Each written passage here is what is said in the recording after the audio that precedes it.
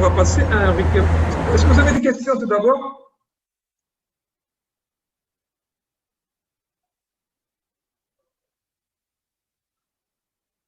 Vous avez des questions? Soit écrites, soit orales? Donc, sinon, on continue. Donc, nous allons voir un petit récapitulatif et je vais vous poser des questions. Donc, l'objectif de l'examen clinique dans votre formation, c'est de savoir décrire. Décrire, lorsqu'on dit décrire, soit en écoutant, soit en regardant quelque chose. En regardant le corps du patient ou en écoutant les bruits du corps du patient. À la palpation, on cherche la douleur exquise, on cherche aussi, parce qu'on dit douleur exquise, c'est une douleur soit qui est orientée déjà par l'interrogatoire, le patient vous dit qu'il a une douleur quelque part, soit que vous allez chercher, examiner, côte par côte, est-ce qu'il y a une douleur que vous déclenchez. Exquise, ça veut dire soit qui n'existe pas du tout d'origine, ou bien qui s'accentue à la pression, ou qui apparaît à la pression. Bien sûr, on est souvent orienté par l'interrogatoire, mais on doit palper les différentes côtes d'avant en arrière pour chercher les douleurs. On palpe aussi le rachis, parce que c'est possible qu'il y ait une douleur rachidienne au niveau dorsal ou dorsolombaire. Bien sûr, on cherche aussi, est-ce qu'il y a une masse? La masse, c'est soit une surélévation, soit au contraire une dépression, ou avoir une dépression. Et donc, c'est pourquoi il faut palper et voir est-ce que votre surface est homogène. Bien sûr, déjà, si c'est évident, on le voit à l'examen, à l'inspection, et on continue, on complète pour savoir l'extension de ce qui est visible à l'inspection. D'accord? Donc, on continue. Donc, moi, je vous montre cette image et vous me donnez une description de ce que vous voyez. Bien sûr, vous décrivez en fonction de vos besoins en pathologie respiratoire ici. Qu'est-ce que vous voyez? Quelqu'un? Zineb, ceci. Ceci Zineb. اللي تتكلمي شنو كتشوفي في هاد lèvres pincées, mais c'est juste des lèvres fermées, c'est pas des lèvres pincées. Qu'est-ce que vous voulez dire par lèvres pincées? Est-ce que ça vous aide dans votre raisonnement? Samia Saïdi, tu peux parler. Marwan,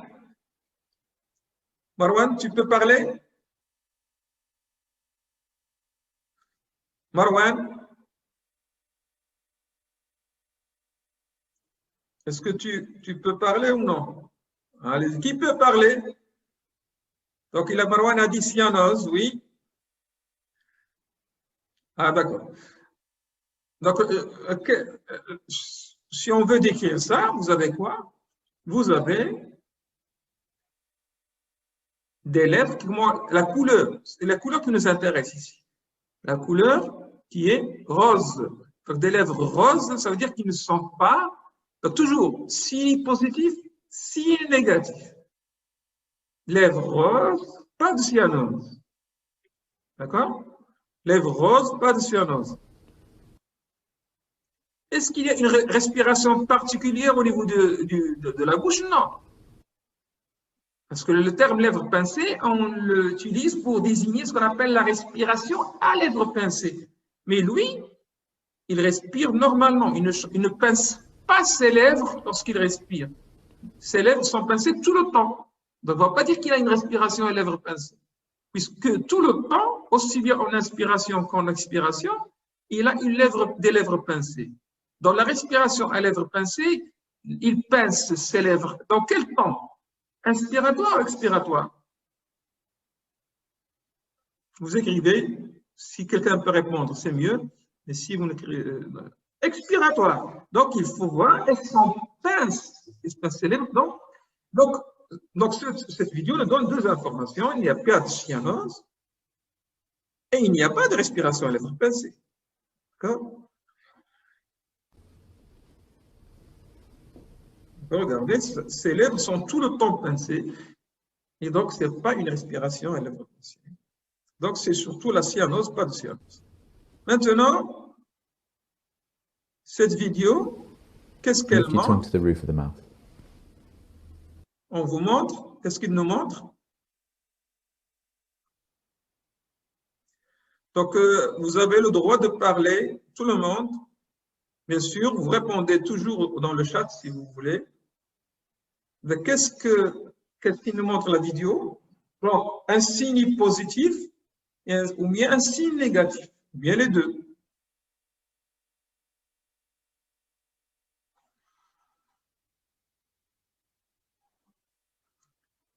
Quelqu'un qui vient pour une pneumonie, c'est une infection. Donc, la bouche, est-ce qu'elle est importante pour nous?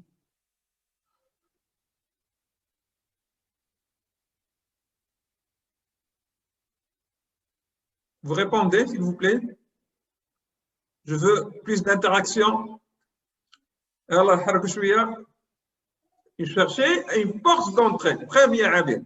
Une porte d'entrée qui peut être au niveau dentaire, donc des caries, un mauvais état bucco-dentaire, des caries, par exemple, ou un abcès, c'est possible. D'accord? Donc, il faut bien inspecter. Deuxième chose, pourquoi on lui demande ici de soulever la langue? Très bien, Abir, oui, des caries. Pourquoi lui demande Abir de soulever la langue?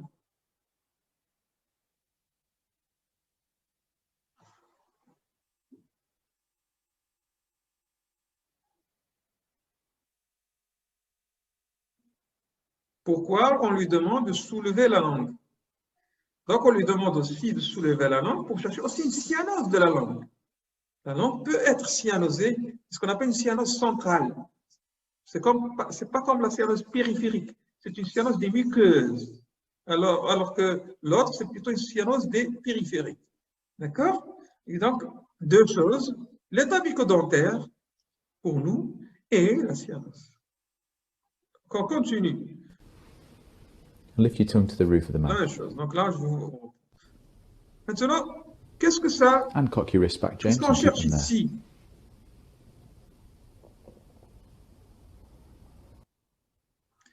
Qu'est-ce qu'on cherche ici?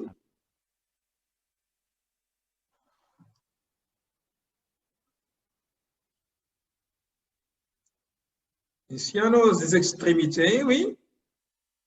Donc, normalement, pour chercher la cyanose des extrémités, on regarde et on prend les mains des doigts, les bouts des doigts pour les voir, pour voir la couleur des extrémités des doigts. Bien sûr, lorsque la cyanose est évidente, il n'y a pas de problème, on la voit de loin, mais lorsque c'est débutant, il faut bien voir les bouts des doigts, donc il faut se rapprocher et voir les bouts des doigts. On voit aussi l'hypocratisme digital, oui. D'accord? On va voir après des images d'hypocratisme digital, on va voir après des images de cyanose. Hein? Qu'est-ce qu'il lui demande ici? Qu'est-ce qu'il lui demande de faire? Qu'est-ce qu'on va regarder? On lui demande d'étendre. On lui demande d'étendre les bras et les mains et puis de les mettre en extension. Qu'est-ce qu'on cherche?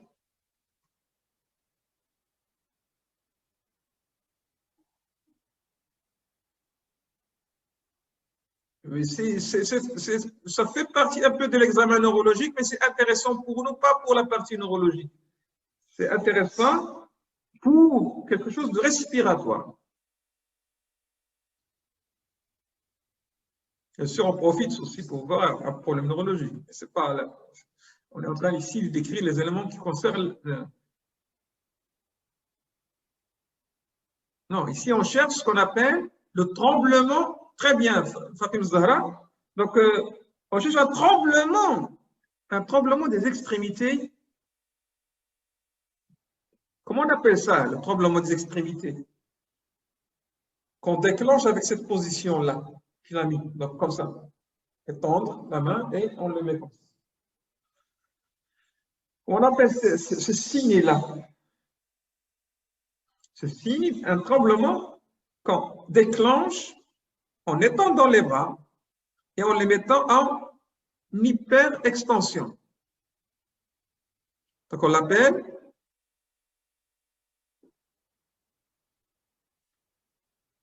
le flapping tremor ou l'astérique 6. Donc, le flapping tremor, pas tremor, tremor, Donc, le flapping tremor ou bien le astérique.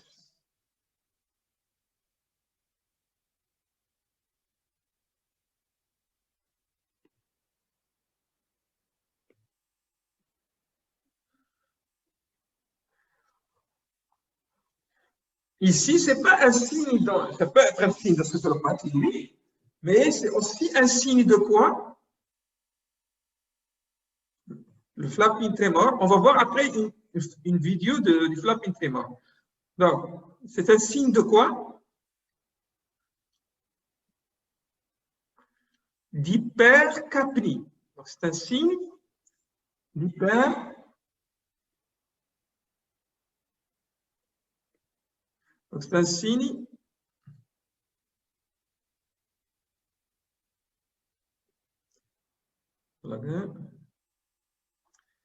donc hypercapnie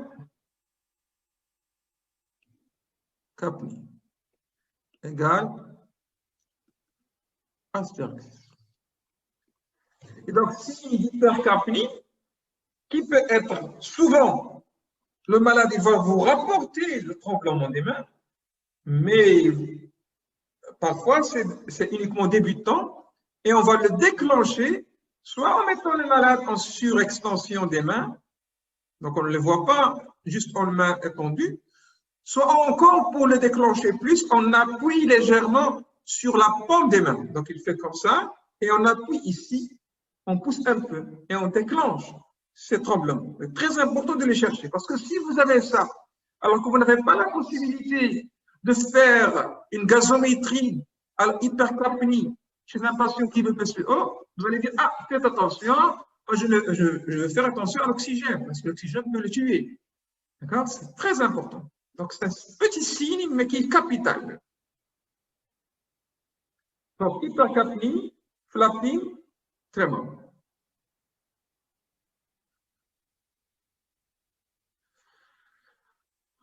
On passe après, comme j'ai dit tout à l'heure. Maintenant, qu'est-ce qu'on est en train de chercher ici? Tout à l'heure, vous en avez parlé. Vous avez dit qu'on cherche, en voyant les mains, on cherche un signe. Et là, je vous montre comment on l'objective réellement. Donc, l'hypocratisme digital, c'est en mettant en contact. Donc, si vous avez le doute, parce que parfois, l'hypocratisme digital n'est pas évident. Et les gens, parfois, ils prennent des petits doigts avec des ongles un peu hypertrophiés, vont les prendre pour un hypocratisme digital. Donc, on va voir après les vrais hypocratismes digitales dans des photos, donc pour vous rafraîchir la mémoire. Mais pour s'assurer de ça, qu'est-ce qu'on a fait ici? On a placé ici en contact, on a mis les premières phalanges, on les a mis en contact. Normalement, vous voyez qu'il n'y a pas d'espace ici. Donc, ils sont bien en contact. Parce que les angles, ils sont au même niveau que cet espace-là, qui est réduit. Donc, si vous avez un hypocratisme digital, vous aurez comme ça.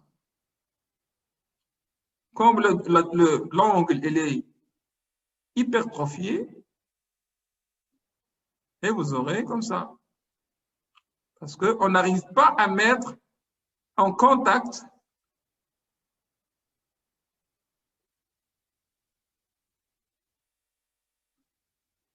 donc on n'arrive pas à mettre en contact. Donc vous avez les angles qui sont hypertrophiés. Et donc vous voyez cette hypertrophie qui ressemble à ce qu'on appelle les verres de montre, les anciennes montres qui avaient des verres bombés. Et donc ça, c'est un hypocratisme digital.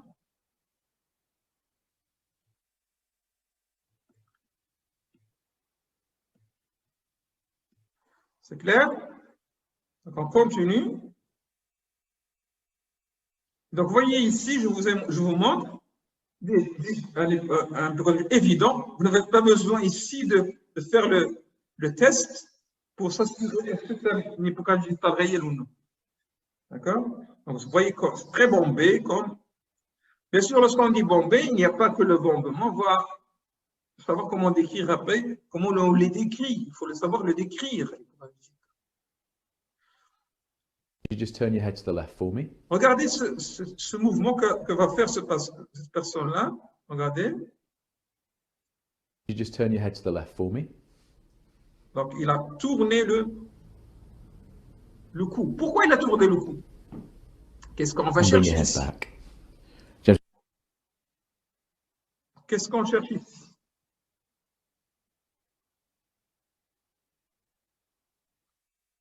Oui, on cherche une turgescence des veines jugulaires.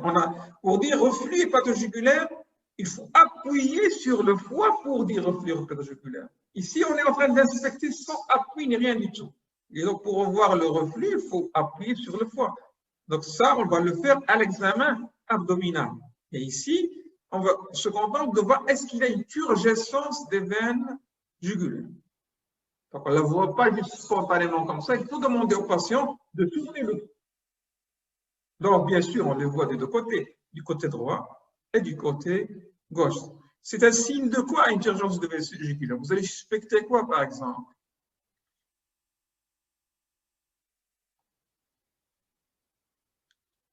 La turgescence des veines jugulaires spontanée.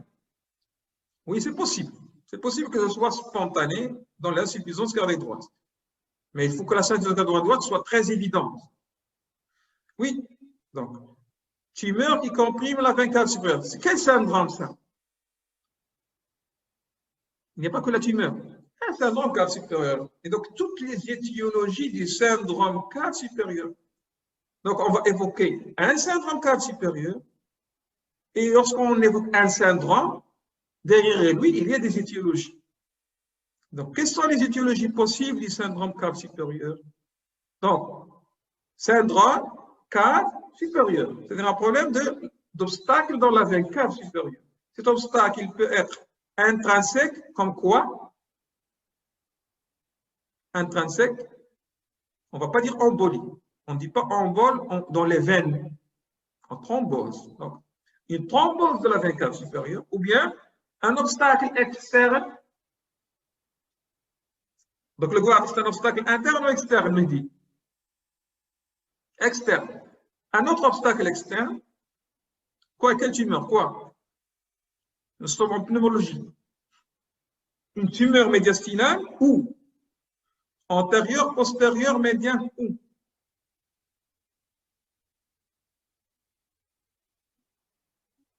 Antérieure. Donc, le syndrome cave supérieur, il entre dans les tumeurs médiastinales antérieures. D'accord? Antérieure.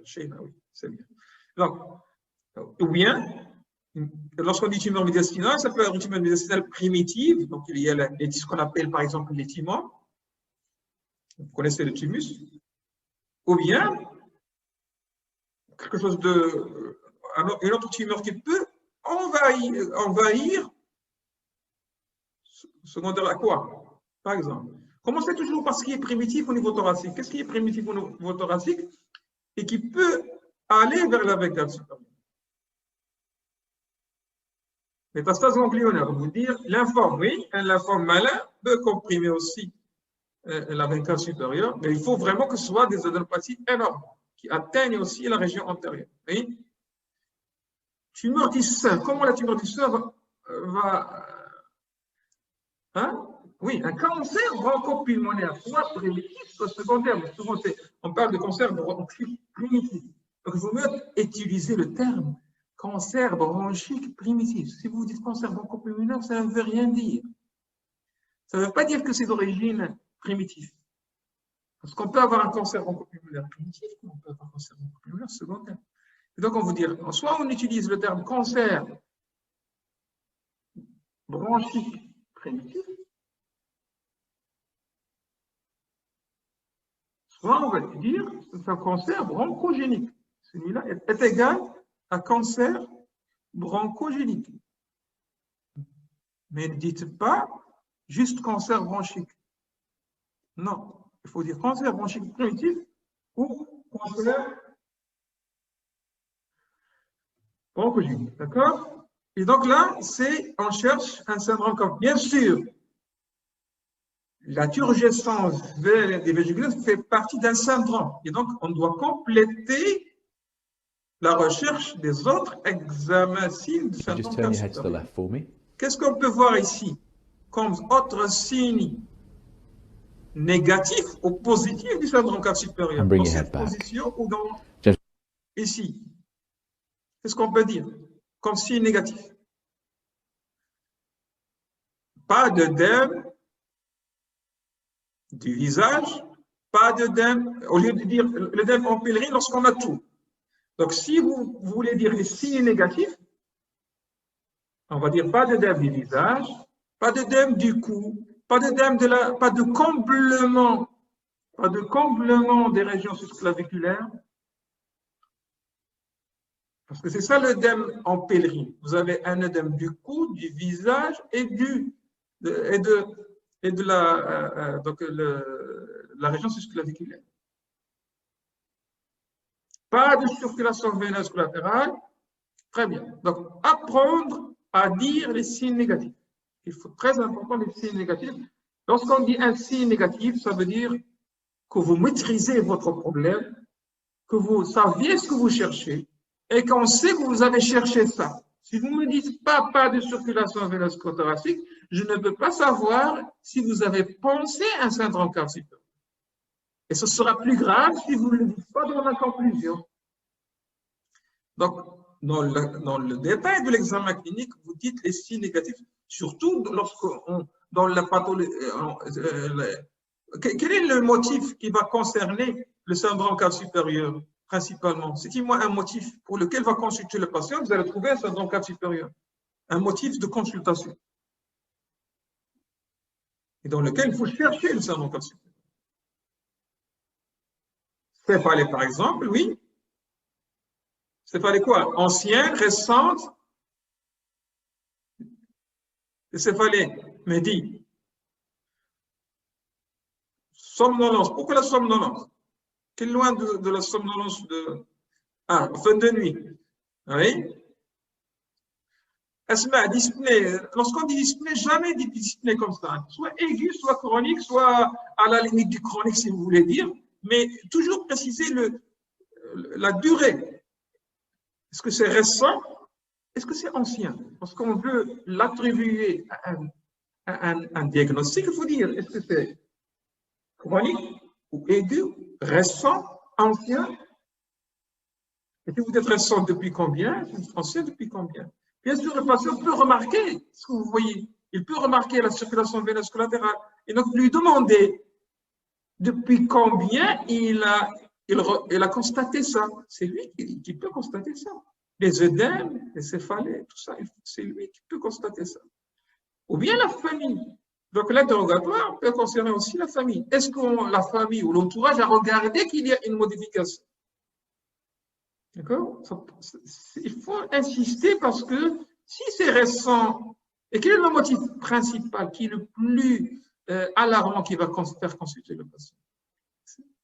Parce que dyspnée aiguë, c'est quelqu'un qui ceci n'est pas très importante. Donc, c'est plutôt, ce sera une dyspnée subaiguë ou une dyspnée aiguë sur un fond chronique et qui risque de passer inaperçu. Ce n'est pas important. Un symptôme grave, qui est alarmant, l'hémoptysie.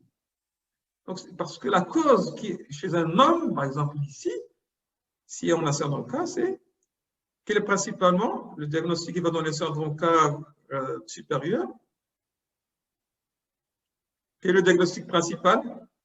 Abir. Le diagnostic principal qui va donner un syndrome cas chez un homme qui fume, tabagique. Allez, on ajoute un petit Monsieur, est-ce que vous m'entendez? Maintenant, je vous entends. Une tumeur de l'apex. C'est quoi tout d'abord? Lorsqu'on dit tumeur, ça ne veut rien dire. Ça veut dire tumeur bénigne ou maligne? Syndrome, tumeur maligne, c'est un cancer bronchogénique. Il faut dire comme ça, cancer bronchogénique, d'accord? Un cancer bronchogénique ou un cancer bronchique primitif, Oui. d'accord? Et donc, quel est le symptôme le plus évocateur d'un carcinome bronchogénique chez un tabagique? Le symptôme. Est-ce que c'est la dyspnée? L'hémoptysie. L'hémoptysie, d'accord? Donc, l'étiologie, le motif que vous devrez chercher si vous voyez un syndrome cave supérieur chez un homme, d'autant plus qu'il est tabagique, c'est que vous vous demandez est-ce qu'il fait des hémoptysies. Les hémoptysies peuvent être petites. Donc, il peut s'agir d'expectoration striée de sang. Ce n'est pas obligatoire que ce soit l'hémoptysie importante. D'accord? Oui, donc la dyspnée, si on la trouve, ça peut, c'est rare que ce soit le syndrome cave lui-même qui donne ça. Souvent, c'est ce qui est associé au syndrome cave supérieur, et particulièrement, comme vous avez dit, le syndrome médicinal moyen ou antérieur. Ici.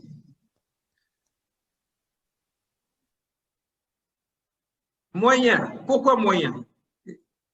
Pourquoi vous dites moyen? Mehdi. Parce que la tumeur va comprimer les bronches. D'accord? Mais le syndrome cave lui-même peut donner aussi une dyspnée. Lui-même, sans que ce soit lié à une compression bronchique. C'est ça, oui. Le syndrome, c'est le moyen. Donc, une tumeur, un carcinome bronchogénique peut envahir les gros troncs. Ce n'est pas obligatoire que ce soit la trachée, les gros troncs. Une tumeur bronchique maligne va, lorsqu'il va envahir les gros troncs, va déclencher une dyspnée, surtout sur un patient qui est en plus tabagique. Donc, on continue. Qu'est-ce qu'on examine aussi en inspection? On voit ici qu'on va compter la fréquence respiratoire, bien sûr, et on cherche quoi ici? Qu'est-ce qu'il est en train de chercher? Qu'est-ce qu'il est en train de chercher ici, le médecin? Donc, voilà. Pourquoi il lui demande de soulever les mains? Oui, des adénopathies bien visibles, juste à l'inspection. Donc, une masse saillante au niveau de la région axillaire, oui. Quoi encore? Toujours dans cette zone-là. Qu'est-ce qu'on peut voir?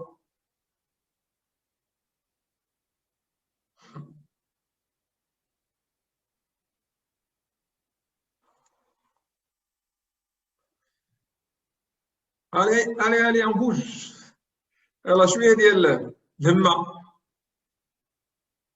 Je رنشوفوا تما في la région axillaire. جايبه لينا. نقلبوا علاش؟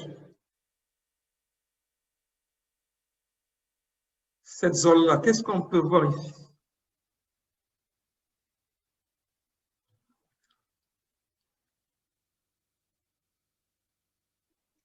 Ce n'est pas la zone de circulation veineuse latérale.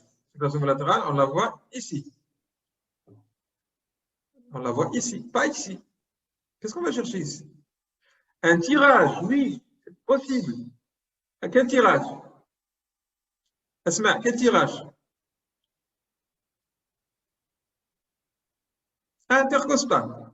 Très bien. Dans un contexte aigu, c'est important de chercher un tirage intercostal. Bien sûr, on peut le voir ici un peu, mais c'est mieux dans cette zone-là parce que c'est les espaces qui sont plus visibles. Comme tout à l'heure, on l'a vu dans la vidéo, c'est une région qui est parlante. Et donc, tirage intercostal. Quoi encore? Qu'est-ce qu'on peut voir? Un zona, oui, des lésions cutanées qui intéressent les espaces intercostaux. Oui? Des vésicules ou des cicatrices de ça? Pas encore.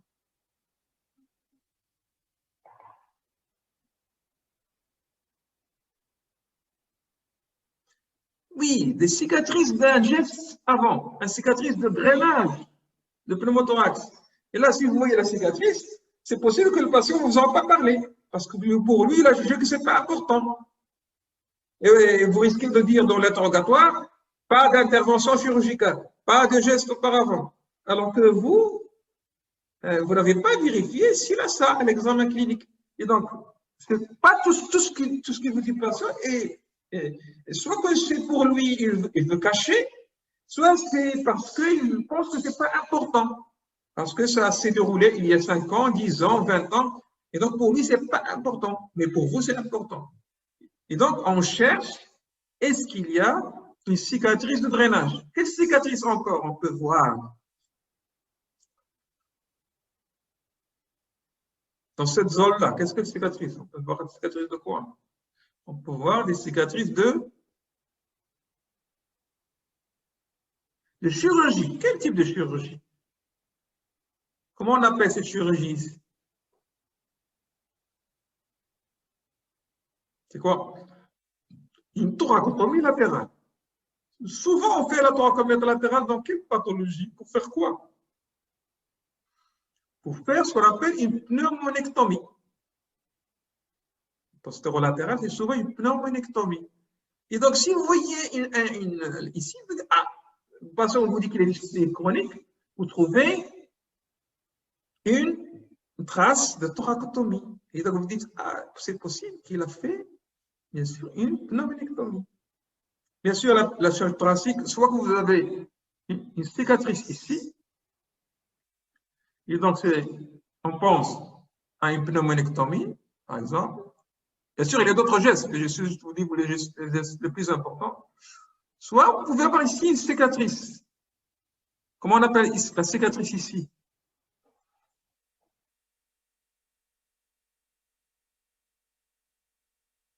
Une sternotomie. Dans quelle pathologie on fait les sternotomies?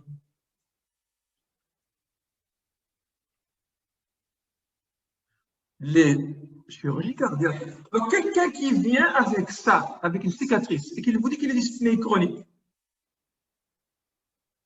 vous allez dire, ah, est-ce qu'il n'a pas un problème valvulaire? Une chirurgie valvulaire, d'accord? Et donc, il faut lui demander, est-ce qu'il a fait une chirurgie valvulaire, et vous allez penser à la valvulopathie, là, vous allez penser à l'origine cardiaque, et vous allez changer complètement de raisonnement. Vous étiez en pneumologie, vous allez passer en cardiologie, d'accord? Donc là, c'est parmi les cicatrices qu'on cherche. Bien sûr, il y a autre chose à chercher, mais c'est les choses les plus importantes qui nous concernent. Donc, on va enlever ça.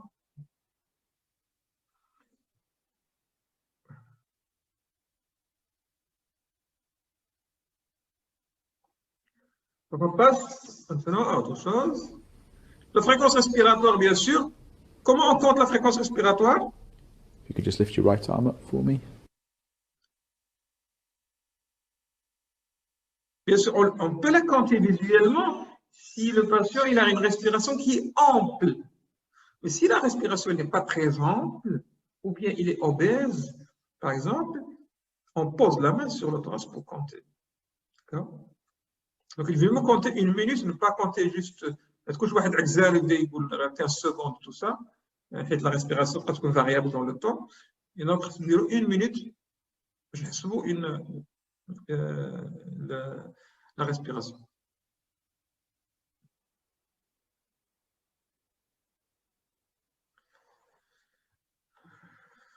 Donc, on continue.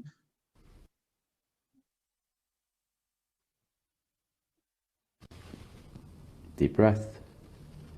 And out. And in. And out. James, I'm now going to tap on your back. If you could just fold your arms for me.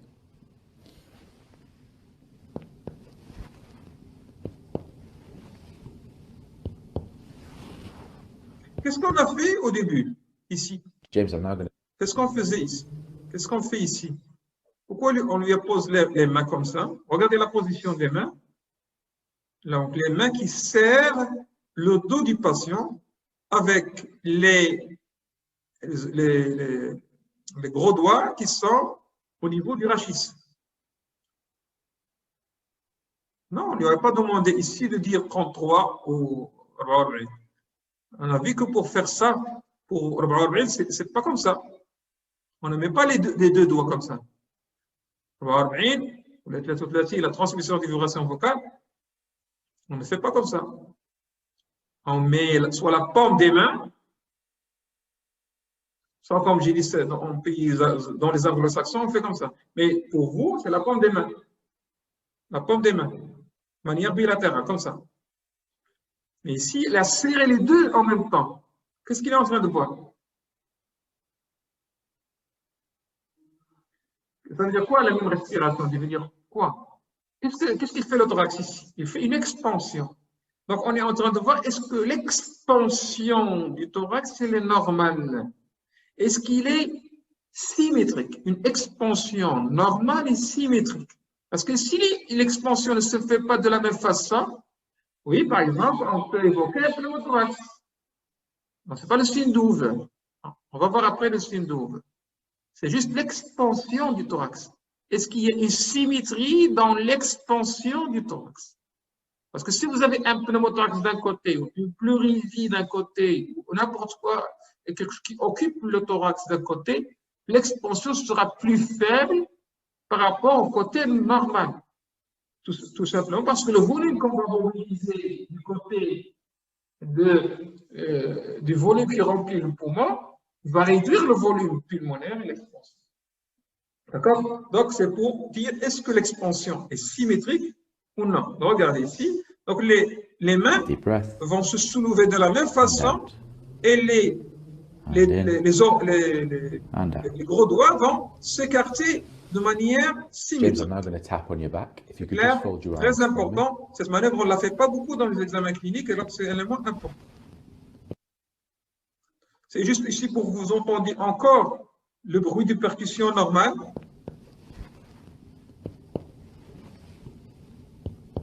Regardez ici, c'est qu'on évite ici les omoplates. Il faut les écarter pour percuter la zone de l'omoplate. Donc on reprend.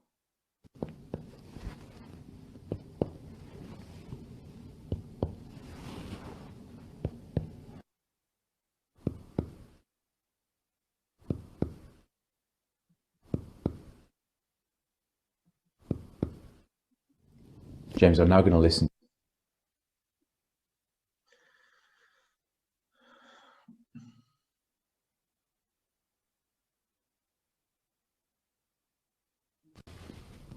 Deep breath.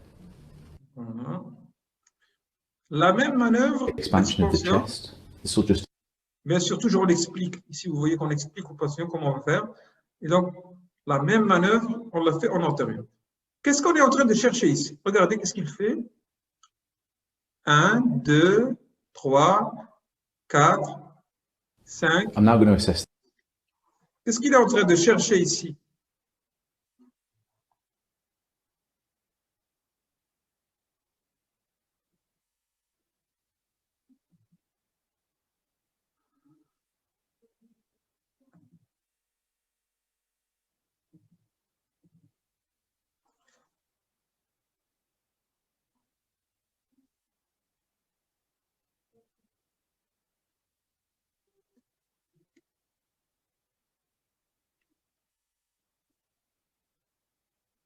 Une voussure pariétale.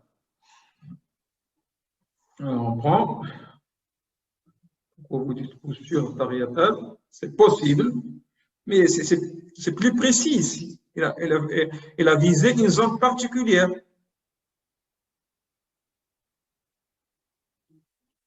Qu'est-ce qu'il cherche?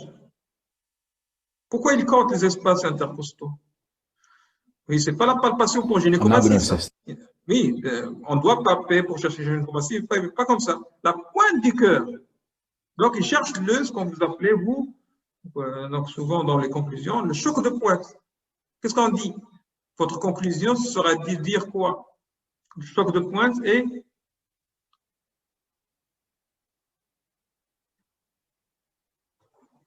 le choc de pointe. Est-ce qu'il est dévié à droite, à l'intérieur, en place? Donc, normalement, on dit que le choc de pointe, il est en place. S'il est en place, bien sûr. S'il n'est pas en place, s'il est, par exemple, ici, décalé vers la gauche, ça veut dire quoi? S'il est décalé vers la gauche, le choc de pointe, il est décalé vers la gauche. Ça veut dire quoi? Ça peut être une dilatation du ventricule gauche. Comme ça, qu'est-ce que ça peut être aussi?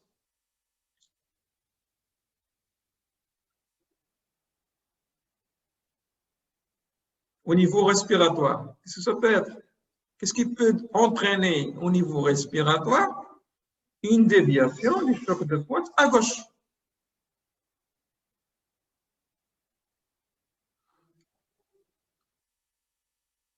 Pourquoi? Une atélectasie où? Donc là, j'ai dit qu'il y a une déviation du choc de pointe à gauche. Ça veut dire que l'atélectasie, il est où? Il est à droite. Sûr? Pareil. Si le choc de pointe, il est dévié à gauche, il est refoulé ici, à gauche, ça veut dire que il est atélectasé à droite? Non, à gauche. Donc, une atélectasie à gauche qui va attirer. Donc, soit qu'il est attiré par quelque chose à gauche, soit qu'il est refoulé par quelque chose à droite. Donc, une atélectasie gauche, une pleurésie droite. Donc, il sera, donc on dit, de grande abondance. Donc, le fait qu'on va refouler le cœur, déjà, ça veut dire que votre pleurésie va être de grande abondance. Et donc, il faut faire attention pour compléter votre syndrome. Donc, vous dites, ah, comme la choc de pointe est déviée à gauche, je dois chercher quoi à droite? Quel syndrome?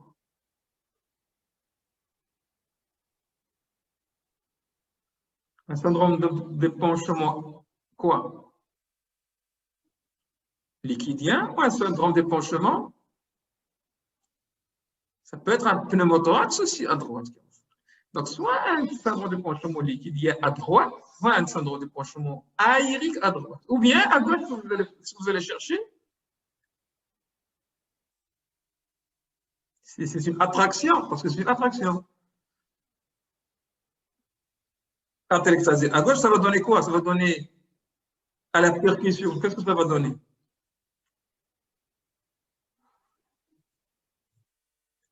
Ça va donner, oui, un syndrome de condensation. Et on cherche, est-ce qu'il n'y a pas de matité? Matité, bien sûr, lorsqu'on dit matité, on parle en avant, en arrière.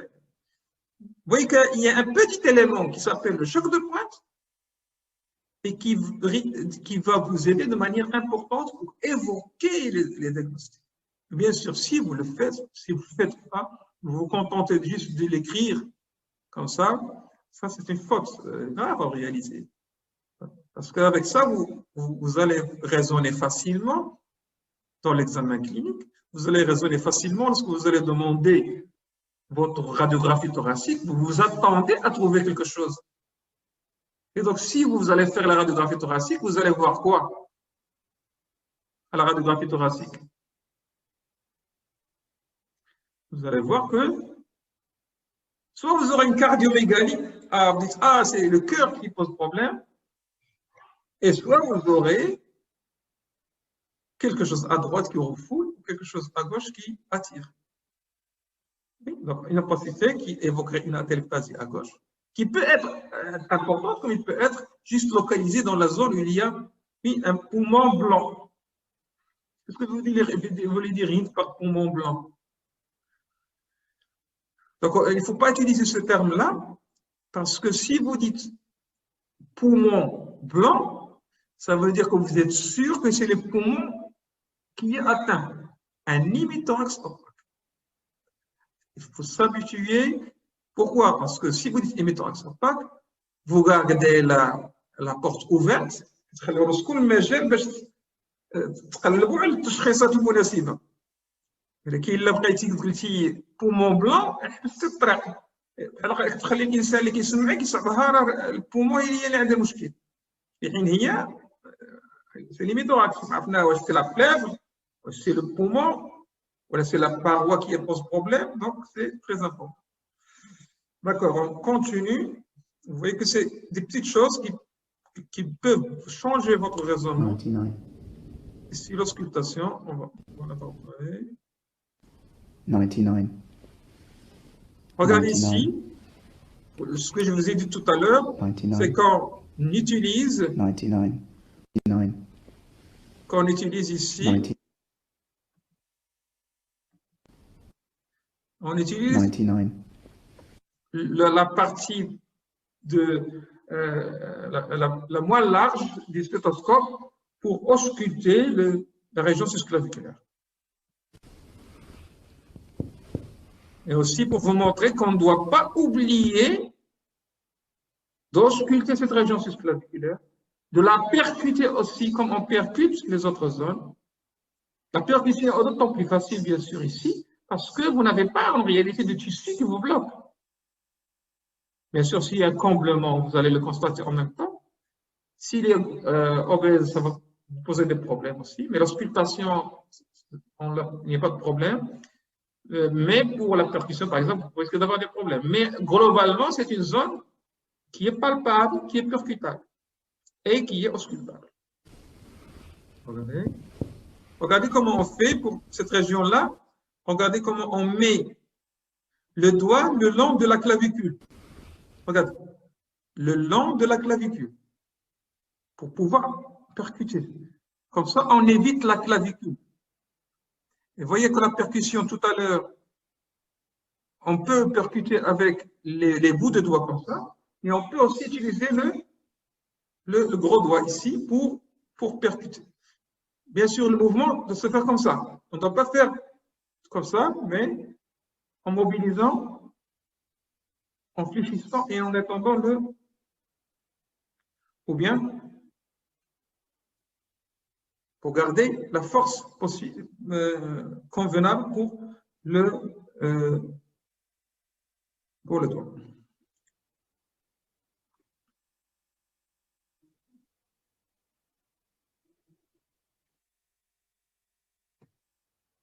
Donc, on continue.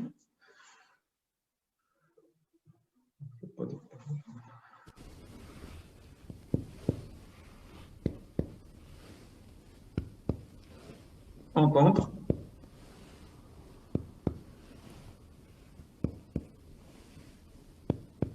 Est-ce que vous entendez les bruits convenablement? تسمعوا مزيان؟ Le bruit, باش خصكم تعلموا اليوم مزيان لأنه c'est important. James, I'm now going to listen to the... D'accord. Voilà, faites attention ici. Vous allez entendre tout d'abord, regardez ici. Voilà.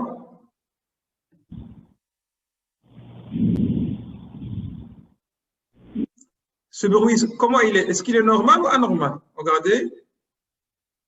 Je vais reprendre.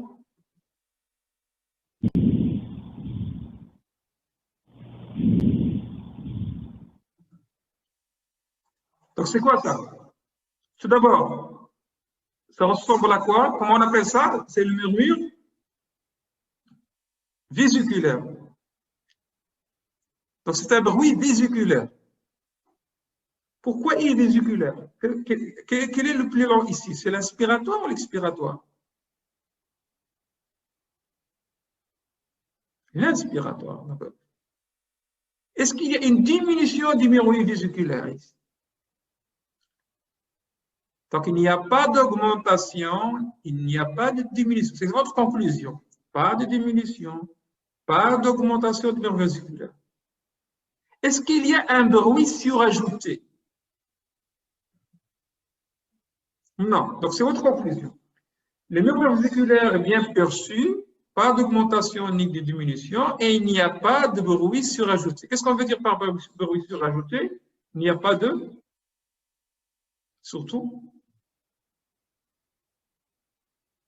pas d'oral. C'est des signes négatifs, pas toujours signes. Maintenant, entendez ce bruit-là.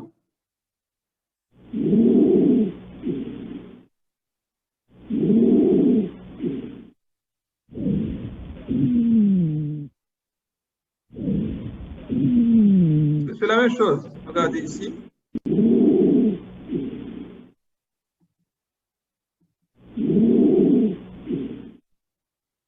C'est un bruit surajouté. Quoi? C'est des râles. C'est des râles. Mais comment ils sont? Est-ce qu'on les entend dans un seul temps ou dans les deux temps?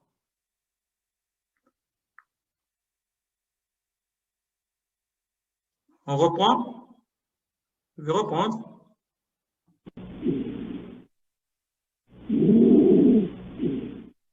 Un seul temps ou deux temps?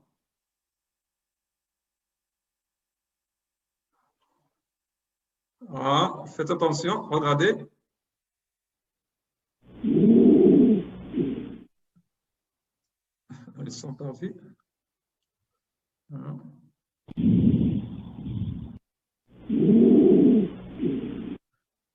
En deux temps, ils sont bien entendus, aussi bien en inspiration qu'en expiration. D'accord? On reprend, c'est très important d'entendre.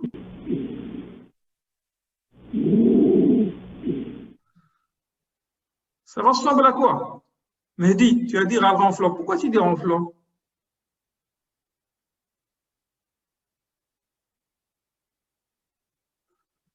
Ça ressemble à quoi? Un son. Ça ressemble à des renflements. Donc, des renflements en deux temps. Donc, regardez ces renflements. Donc, rappelez-vous quelqu'un qui ronfle et voilà.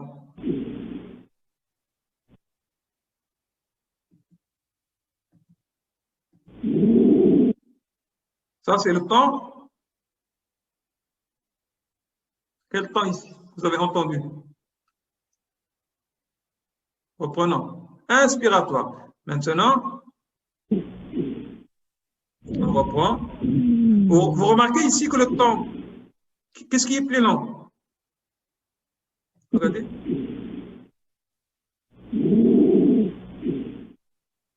Le temps inspiratoire ici, il est plus lent que le temps expiratoire. D'accord? Donc, il y a une partie du murmure vésiculaire, du bruit vésiculaire. Vous avez les deux ici. D'accord? On continue.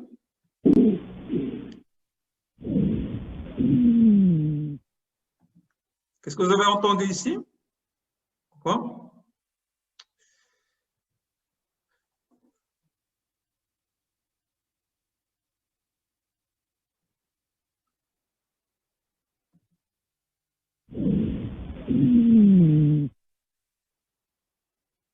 Ici, on reprend. Voilà.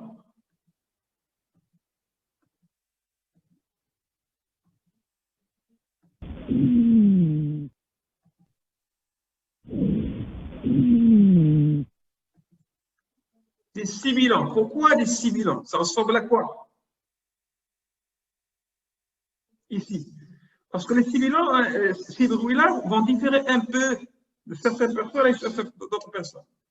Donc, on a vu le ronflement, ça ressemble à du ronflement pour les râles bronchiques. On va voir que ça peut ressembler à autre chose parfois. À des sifflements. Est-ce que c'est vrai des sifflements ici? Regardez. C'est quel animal qui donne ce bruit-là? Entendez bien.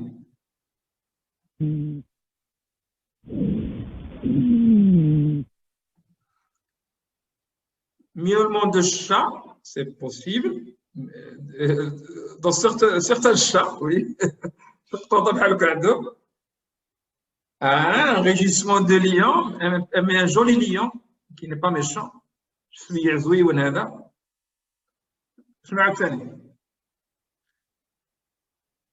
Les pigeons. Est-ce que vous avez déjà entendu le bruit des pigeons?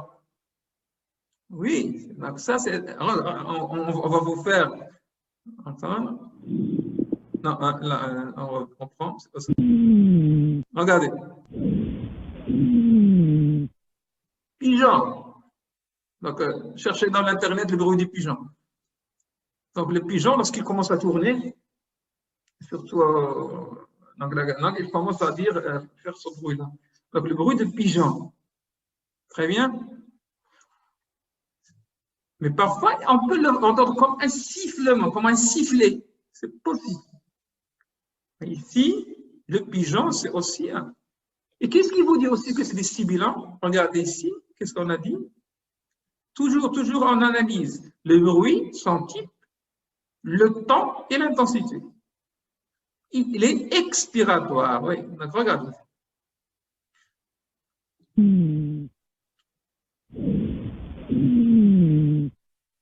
Et comment est l'expiration ici? Donc, le temps et la durée donc, l'expiration, remarquez que le bruit normal, dans le bruit normal, soit que vous avez un temps inspiratoire qui est lent par rapport au temps expiratoire, c'est le murmure vésiculaire, mais on peut avoir les temps égaux lorsqu'on est plus proche des branches, lorsqu'on est plus proche des gros troncs, le temps inspiratoire égale le temps expiratoire. Mais ici, le temps expiratoire, il est plus long que le temps inspiratoire. Ça veut dire quoi? Ça veut dire que le poumon a des difficultés à évacuer l'air. Il y a un problème de ça qu'il est obligé de prolonger l'expiration pour évacuer l'air. Et donc, il y a un obstacle où, au niveau des gros troncs ou des petits troncs, ou des grosses branches ou des petites branches.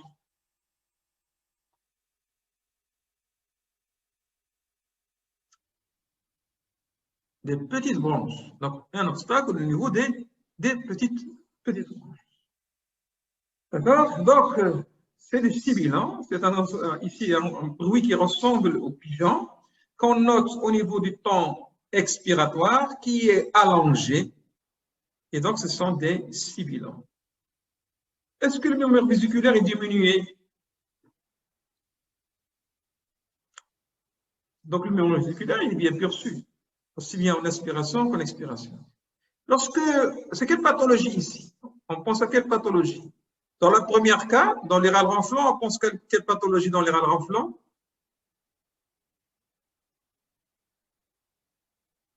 Dilatation de branches. Ça, c'est une pathologie aiguë ou chronique.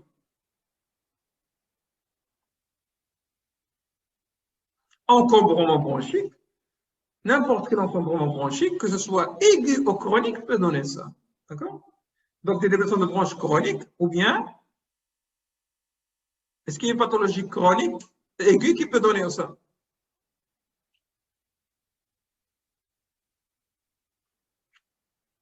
Bronchique. هذه هي الوقيته ديالها موجوده دابا ماشي كورونا. Bronchite, ne dites pas bronchite, vous arrêtez Hind. Soyez précis. J'ai dit aigu. Donc une bronchite aiguë. Donc on peut faire une bronchite aiguë, donc on peut l'en trouver dans une bronchite aiguë. Mais est-ce que n'importe quelle bronchite aiguë en réalité? Parce que souvent, ces râles renflants, ça témoigne de sécrétions qui bougent. Et donc c'est une bronchite aiguë souvent qui va être comment? Bronchite aiguë suppurée. On dit pas suppurative, on dit suppurée. Une bronchite aiguë suppurée. Oui, surinfectée si vous voulez dire aussi. Clair? Donc, bronchite aiguë surinfectée peut donner ça. On ne dit pas bronchite aiguë purulente. On dit bronchite aiguë suppurée ou surinfectée. Vous choisissez l'une des deux adjectifs. Pneumonie. Est-ce que la pneumonie veut donner des râles renflants? Kauta, tu es là, tu peux parler?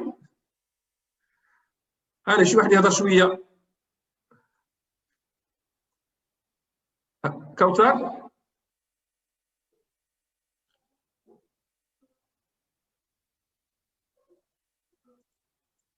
Non, on ne peut pas avoir des râles renflants dans des pneumonies. Si il y a des renflants alors qu'on a le patient qui a une pneumonie, ce n'est pas une pneumonie seule. C'est ce qu'on appelle une bronchopneumonie. Donc, il y a un test bronchique associé à la teinte pulmonaire. D'accord? Mais souvent, la pneumonie l'emporte au plan diagnostique et souvent les gens ne donnent pas de l'importance à la partie bronchique. Et donc, lorsqu'on a une pneumonie, on peut avoir ce qu'on appelle une bronchopneumonie, une test bronchique associée. Oui. Donc, la pneumonie, souvent, si on va entendre quelque chose, on va entendre des râles crépitants, mais pas des râles renflants. D'accord? Donc, maintenant, continuons.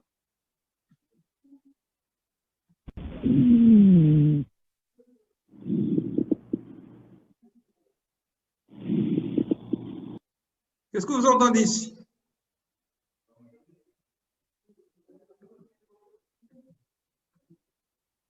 Regardez.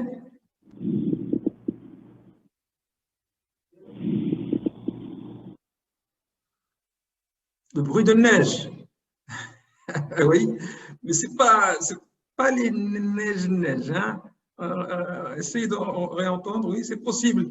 Quand ça, voilà. Ça ne vous rappelle pas quelque chose de... Voilà, je vais donner l'autre bruit aussi pour que vous...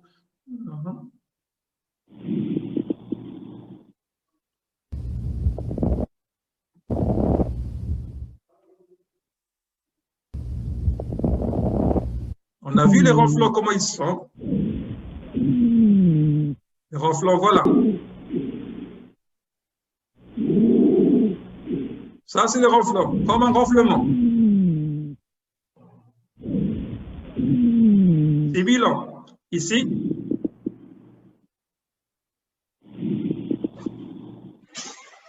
Donc, sibilant. Donc, maintenant, on reprend.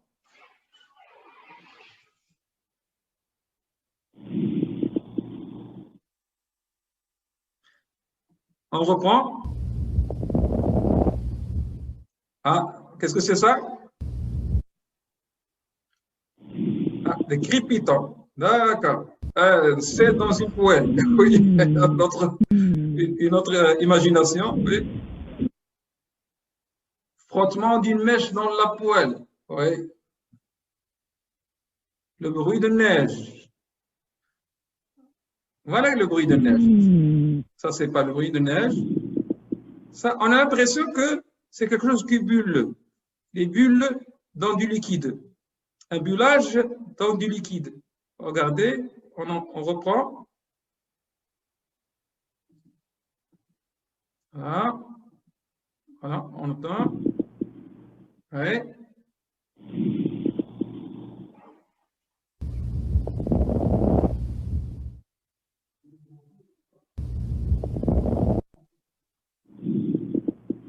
Voilà. Vous avez entendu? On reprend.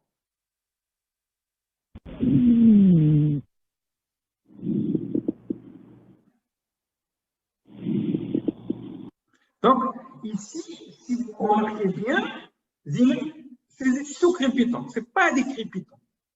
C'est ce qu'on appelle aussi des crépitants humides. On a l'impression qu'on est en train de souffler dans du liquide.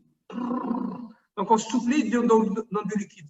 On veut créer un bullage dans le liquide, un gargouillement, comme un gargouillement. C'est dans quel temps ici? La différence avec tout à l'heure. Regardez ici. C'est quel temps? C'est quel temps?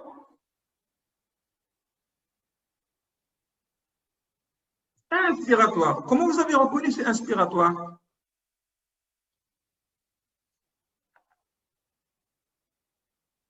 Abir, tu peux parler? Zine, tu peux parler? Ou Mehdi? Quelqu'un?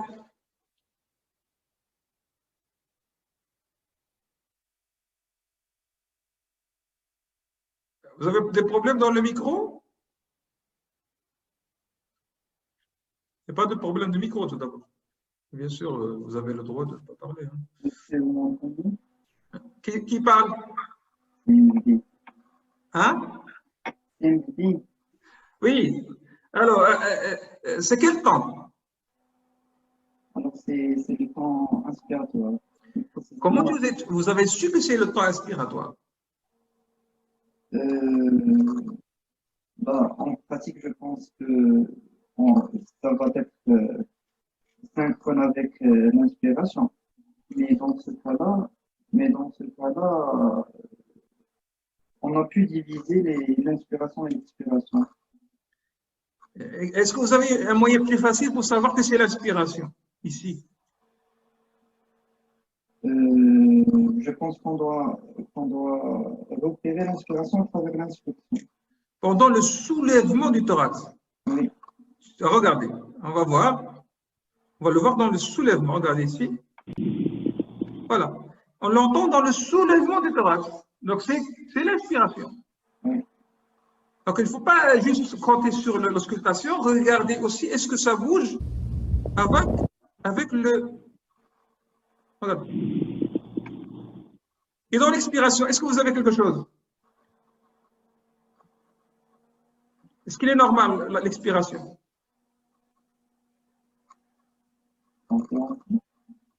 Est-ce que dans l'expiration, il y a un bruit chez ce patient? Regardez.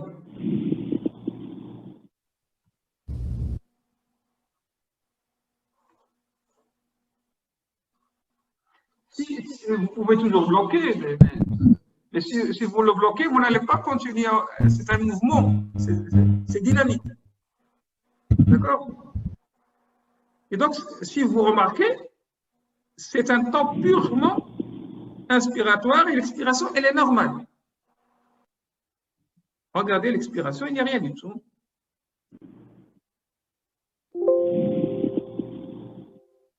L'expiration, elle est normale. Mais comment il est bruit, globalement, le bruit? Est-ce qu'il est normal ou diminué? L'intensité du murmure vésiculaire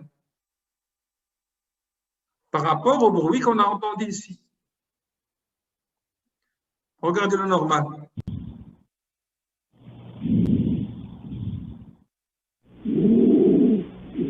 Et regardez ici. Et regardez ici.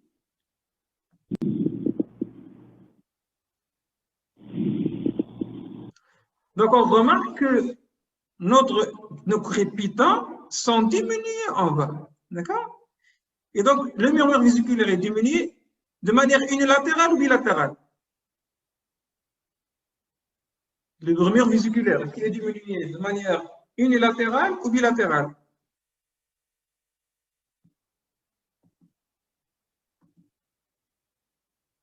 Bilatérale. Donc, il est diminué de manière... Donc, s'il est diminué bilatéral, ça veut dire qu'il n'y a pas un problème unilatéral, il n'y a pas un problème en foyer, c'est un problème diffus.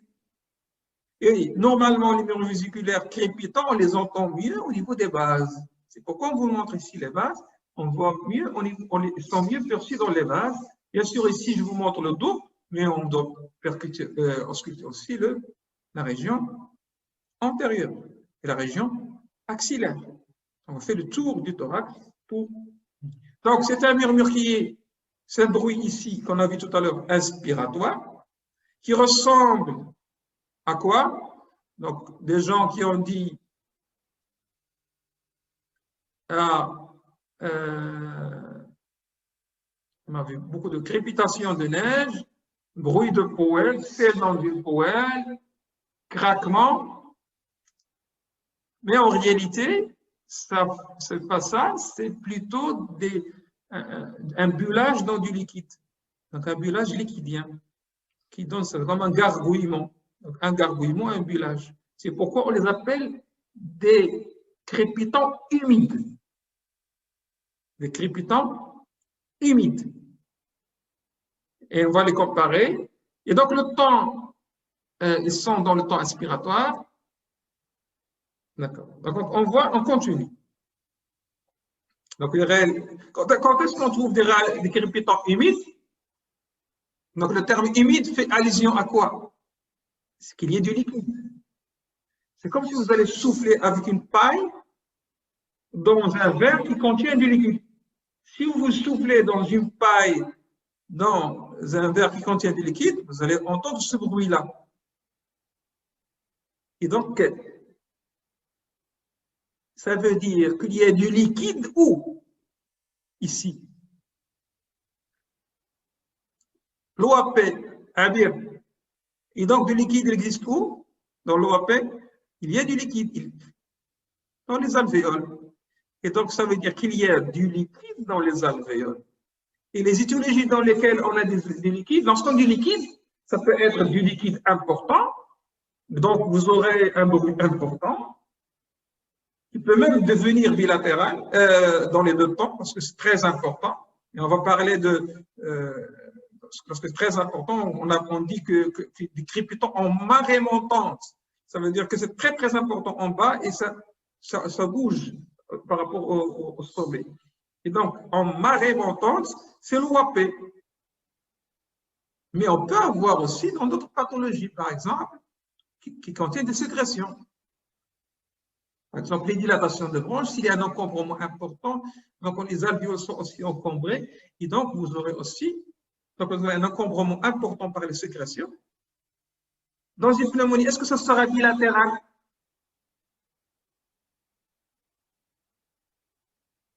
Oui, c'est possible. Donc les rats humides sont très intéressants pour la pneumonie. Pourquoi?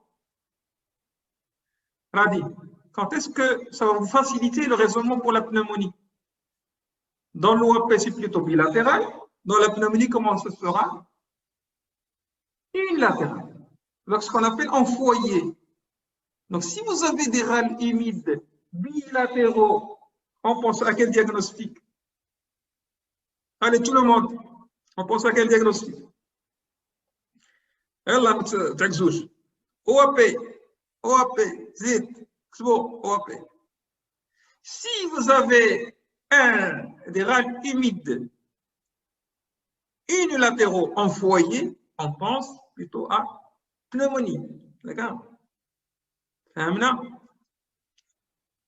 Si vous comprenez ça, ça va vous aider énormément dans vos conclusions diagnostiques, donc des observations. Au lieu de dire, citer les choses juste pour les citer, pour faire plaire aux gens, mais ça nécessite répéter.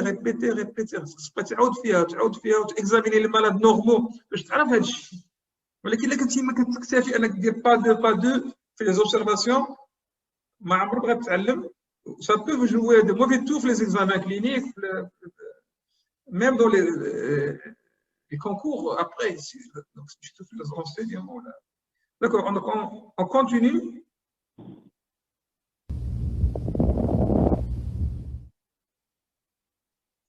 Vous avez entendu? Est-ce que c'est la même chose que le premier?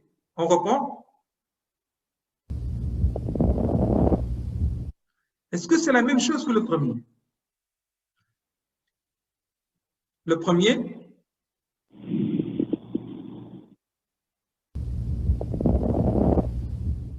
vous voyez la différence? Ah, je reprends ici. Je reprends le premier. Voilà.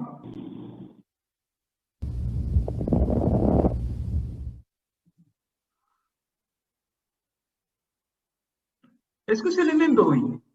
Oui, c'est au début de l'inspiration en plus. D'accord? C'est plus franc aussi. Donc, même le temps, ça change. Ici, c'est quel temps ici?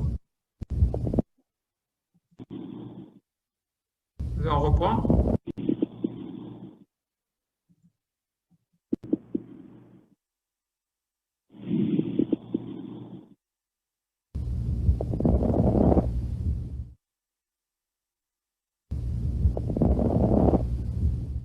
Est-ce que vous remarquez? Ça augmente avec l'inspiration. Ça augmente avec l'inspiration. Donc, ça ressemble à quoi? Ça ressemble à une ouverture, à une difficulté d'ouverture des alvéoles. Les alvéoles ont besoin d'un grand volume pour s'ouvrir. Pas comme l'autre. C'est plutôt des sécrétions qui bougent dans les alvéoles.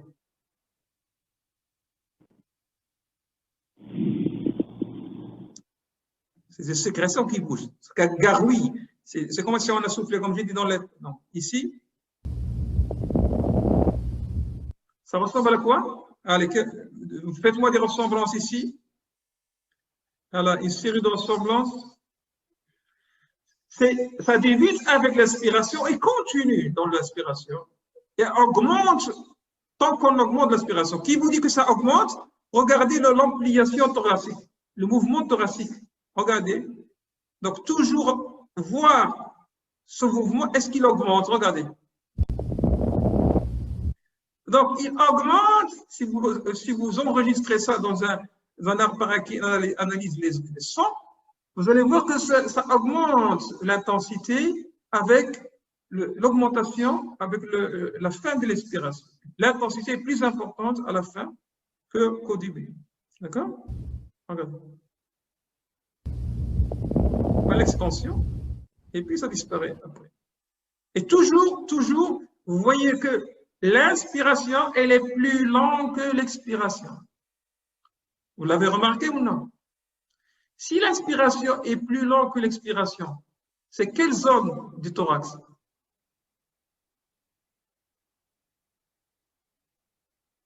Vous vous rappelez du normal? Qu'est-ce qu'on a dit dans le normal? Lorsque c'est le temps aspiratoire qui est plus allongé, c'est les alvéoles. Et donc, vous avez un temps inspiratoire qui est plus allongé que le temps expiratoire. Oui. Et vous avez un bruit dont l'intensité augmente avec l'ampliation thoracique au niveau inspiratoire, qui ressemble à quoi, là, pour ce deuxième type de râle, troisième type de râle? Ça ressemble à quoi, ça? Vous avez dit tout à l'heure. Ça ressemble à quoi? Poêle, oui. Ça c'est plus juste maintenant. Oui. Quoi que poêle, quoi? Frite ou la genoux? Poêle ou la? Zit ou la genoux? Froissement de cheveux. Oui, le sel dans le poêle. Hein? Oui, les crépitations neigeuses, les frites. Oui. Les crépitations neigeuses. Vous connaissez la neige lorsqu'on la met dans la doigt, dans les mains, et on la froisse comme ça. Donc, on l'appelle les crépitations neigeuses. D'accord? Donc, comment on va appeler ces râles qui ressemblent à ça? On va l'appeler des râles secs. Tout à l'heure, c'était des râles humides. Et maintenant, on va les appeler des râles secs. Quels sont les autres noms qu'on utilise pour les râles secs? Et on les appelle aussi quoi?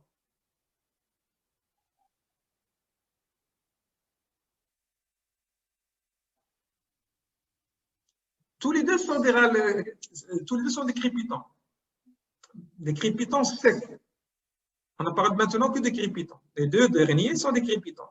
Tout d'abord, on a des crépitants, voilà, pour être plus précis maintenant, parce que maintenant on parle que des crépitants. Donc, tout à l'heure, on a dit crépitants humides. Donc, quel est l'autre nom du crépitant humide? On revient au crépitant humide. L'autre nom, c'est quoi?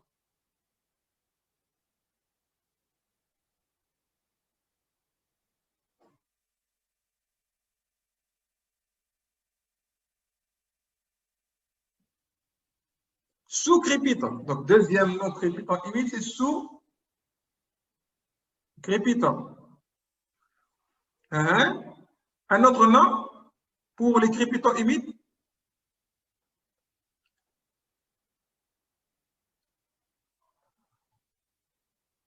Imite. Qu'est-ce que vous voulez dire, imite? Je ne parle pas du bruit. Oui, crépitant bulleux. On les appelle aussi crépitants bulleux. Quoi encore? Il y a un autre nom. Les gros crépitants. Donc, vous voyez qu'il y a 4 noms. Crépitant humide, sous-crépitant, crépitant bulleux, et gros crépitant. C'est la même chose. D'accord? Et puis vous avez, quoi encore? Donc les autres râles qu'on a vu tout à l'heure, on a dit qu'ils ressemblent au sel dans le poil, froissement du cuir chevelu, frottement de cuir neuf, crépitation neigeuse, c'est les crépitants secs. Crépitant fin, oui. Sec. Hein? D'accord? C'est clair? Donc c'est très important parce que parfois les gens mélangent, ils ne savent pas qu'est-ce que c'est sous-crépitant, crépitant. Ils croient que le sous-crépitant c'est une chose et crépitant c'est une chose. Alors que le sous-crépitant c'est un type de crépitant. D'accord? C'est le crépitant humide. Donc crépitant fin, sec, tout ça. Donc c'est plutôt le poil, c'est plutôt les cheveux.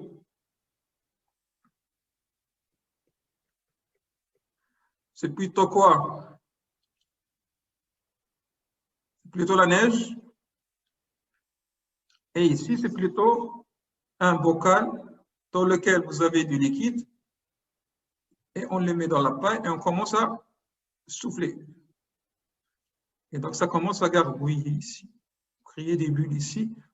Et ça, c'est bulleux. Vous voyez les images? Vous voyez ce que je suis en train de dessiner ou non?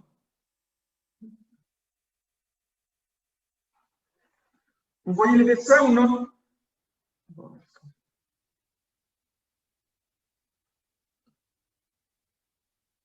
D'accord. C'est clair? Donc, on passe maintenant. Ça, on a...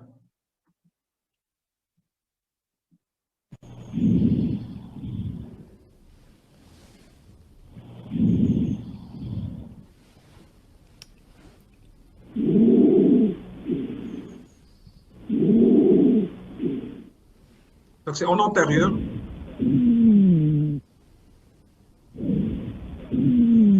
On va voir qu'ici, c'est plutôt la zone bronchique, si on veut dire, des gros troncs ici, au milieu, et un peu ici les gros troncs. Puis ici, lorsqu'on voit le wheezing, en anglais, les sibilants, on les appelle des wheezes. D'accord? Donc, il ne faut pas mélanger wheezing qu'on entend ici, qui est dû au gros tronc, qui est audible à distance, par rapport au wheeze en anglais, qui veut dire les sibilants. D'accord? Voilà les râles humides. Et voilà les râles crépitants. Là, les crépitants humides, et voilà les crépitants secs.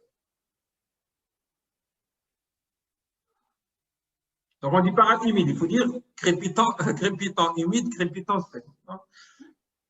Voilà, on a vu l'auscultation. Bien sûr, on l'a vu tout ça, je pense. Ça, on l'a vu aussi, je pense. Bien sûr, ça, si vous avez ces bruits, on ausculte aussi de la même manière. C'est quoi ça? Si vous voyez,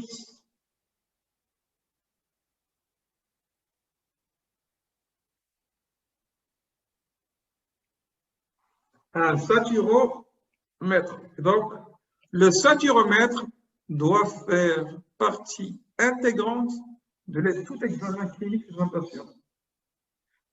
Quand vous faites le tensiomètre, il faut utiliser le saturomètre.